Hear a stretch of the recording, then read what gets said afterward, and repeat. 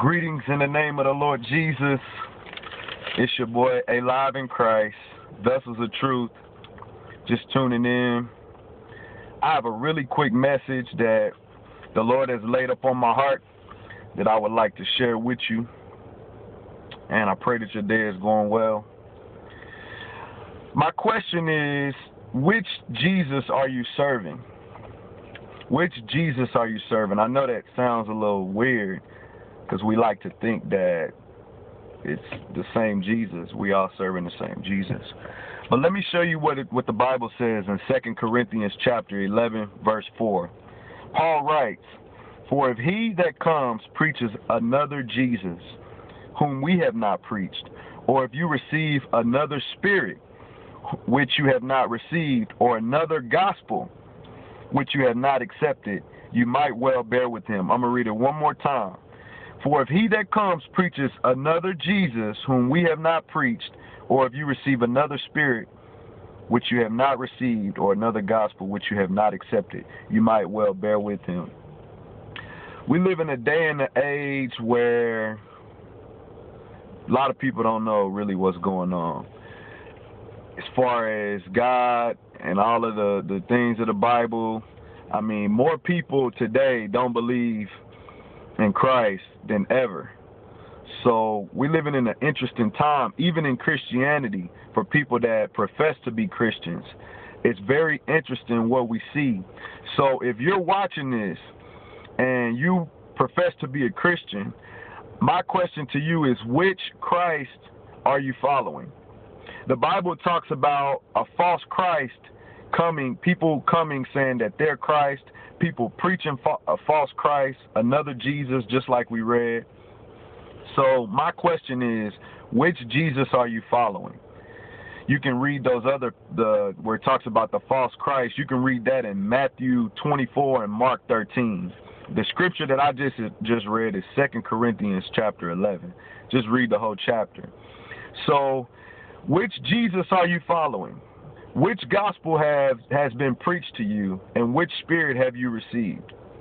Because what I'm noticing is things like holiness, repentance, these things are basically foreign in some people's Christianity.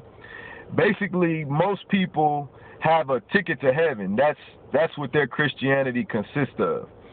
So my challenge to you is, have you truly believed in the God of the Bible? Have you received the Spirit of Jesus Christ? And I want to look at a couple words. I won't be long, but I want to look at a couple words. I want to look at the word Christian, and I want to look at the word disciple, as well as holiness and repentance. The word Christian means a follower of Christ. The word disciple means a learner or a pupil, somebody that follows a teacher and adheres to the things that they teach. So like we know Jesus had 12 disciples, and they went on to start the church. The apostles did. And we know that people that follow Islam or whatever, those people that follow those teachings are considered disciples. So Christian is a follower of Christ. That word is mentioned in the Bible 3 times, whereas a disciple is mentioned a whole number of times, because that's what we see a lot in the Gospels, Matthew, Mark, Luke, and John. So let's look at what the God of the Bible, Jesus Christ, God in flesh, let's look at what he preached. He preached holiness. He preached repentance. He preached forgiveness. He preached righteousness, the kingdom of God. So the 2 words that I want to look at are holiness and repentance. Holiness means that you are separated from the world. You come out of the filth of the world. You are sanctified or separate from the old life that you used to live. That's what it means to be holy. When most people think of holiness, we got all these sayings, oh, you think you're holier than thou, and all of these different sayings. But the Bible clearly says, God says, "Be ye holy, for I am holy." Be ye holy, for I am holy. Meaning, God is set apart. God is holy. He is all by himself. Holy. He is a holy God. And the Bible says that we should imitate Christ. We should imitate him in his holiness. So that means that as a female, when you were in the world, if you wore clothes that were really seductive, that means that coming to know God, being holy, means that you change the way that you dress. I'm not saying that you have to have a dress all down to your knees and, you know, a shirt that covers your neck. That's not what I'm talking about. I'm talking about knowing that the way that you dress and the way that you carry yourself is not like you putting yourself out on display. And you understand what I'm talking about. It's holiness in character, holiness in conduct. That's what it means to be holy. It means that the things that you used to do, you're not going out to the clubs. You're not cursing, you're not drinking, you're not smoking. You are coming out of that filth. That's filth. That's what we used to do in the world. The Bible says, come out from among them and be separate. Be holy, be sanctified. But that's not popular. Most churches, you don't hear that. They just preaching, just believe in Jesus, forgiveness of your sins. But I'm telling you to be holy. I'm telling you what this Bible says. I'm telling you what the Jesus of this Bible preached. The other word is repentance. Repentance means a change of mind, a change of action. A person who was once selling dope, doing drugs, in the club, doing all of these different things, when that person says, I repent, it's not them actually just saying words, but it's their actions actually changing. They're actually turn from those old ways to turn, and they turn toward God. And God will give them the strength to do the things that they need to do. So repentance, how popular is that? People telling you to repent. Jesus said, unless a man repents, he can't enter the kingdom. He says, unless ye all likewise repent, you shall perish. Jesus said that. And that message still stands today. Unless you repent, you will perish. Change the way that you think, change the way that you view things.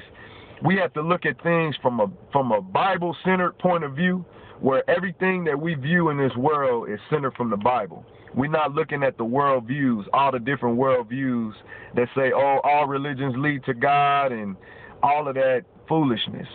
That's not what true repentance is. And it's not just saying, Lord, I'm sorry for my sins. It's changing, turning from those sins.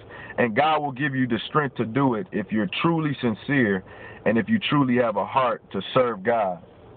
So holiness and repentance, the Bible says holiness without which no man shall see the Lord. So without holiness, the Bible says, I didn't say this, the Bible says that you won't even see the Lord. That's in Hebrews chapter 12.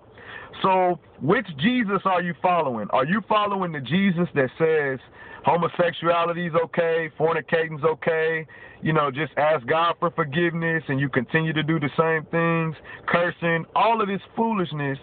Is that the Jesus? Are you following the Jesus that says, I'm okay with that, you still got your ticket to heaven?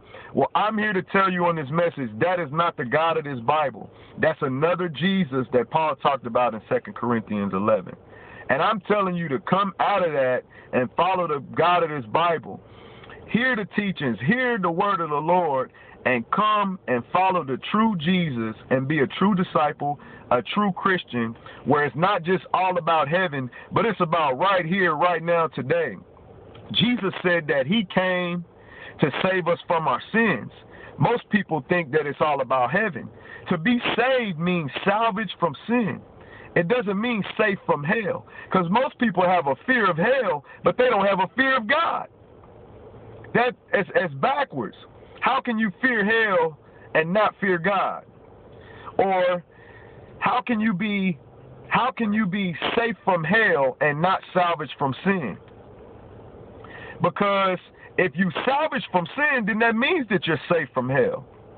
So if you fear hell, then that means that your salvation is not secure. And the whole idea of people just feeling like they can live any kind of way and God is okay with that, I'm telling you, that's not true. It's not true. So I'm going to do another video where I'm going to talk about being justified, being sanctified, and glorification. Justification, sanctification, and glorification. I know those are some big words, but I'm going to do a short video to really break it down. But being saved is a process. It's past, present, and future salvation. So that's another segment. But the main reason why I made this video is to challenge you to examine yourself, test yourself to see if you are in the faith, and ask you, what Jesus are you following? Is your God accepting everything that the world has to offer? Because if so, that is not the God of this Bible. And I'm telling you, come to the truth. The God of this Bible is the truth. My paper keeps dropping out of my Bible. But I hope that you hear this message. I pray that God gives you ears to hear. I know that everybody's not going to receive it, but this message is for the people who want to know the truth, and the people who want to be free for real. The Bible says in John 8, verse 31, Jesus told him, he said, if you continue in my word, then you are my disciples indeed. And you shall know the truth, and the truth shall make you free. If, conditional, if you continue in my word, then you are my disciples, and you shall know the truth, and the truth shall make you free. So God will give you the power through the baptism of the Holy Ghost, which is a promise to all of those who really want to follow God. God will give you his spirit where he will live his life through you. And it won't be a lot of people talking about it's hard to follow God, and it's not hard. All you got to do is get up every day in the morning and lay your life down and say, Lord, I'm denying myself today. I'm going to take up my cross. Let your will be done, God. Not my will, but thy will be done. And the power of the Holy Ghost working in you will live the life of Jesus through you. He will teach you. He will lead and guide you into all truth. So if you feel like the Christian walk is hard, I pray that you examine yourself to see if you got the Spirit of Jesus living in you. Amen. Philippians 2:13. It is God who works in us, both to will and to do for his good pleasure. Is God working in you? Is it another Jesus? Have you received another spirit? So I challenge you to think about this message. And if you got any questions, you know how to reach me. Facebook, YouTube, Vessels of Truth, the whole 9 yards. Get in touch with me. I'm calling to the people who really want to seek truth. If you want to flare up and start asking me crazy questions, this video is not for you, because I don't have time to argue. This video is for people who really want to know what it means to live and walk with the Lord Jesus Christ. So God bless you. I appreciate you for listening to me for 13 minutes. In the name of Jesus, praise God.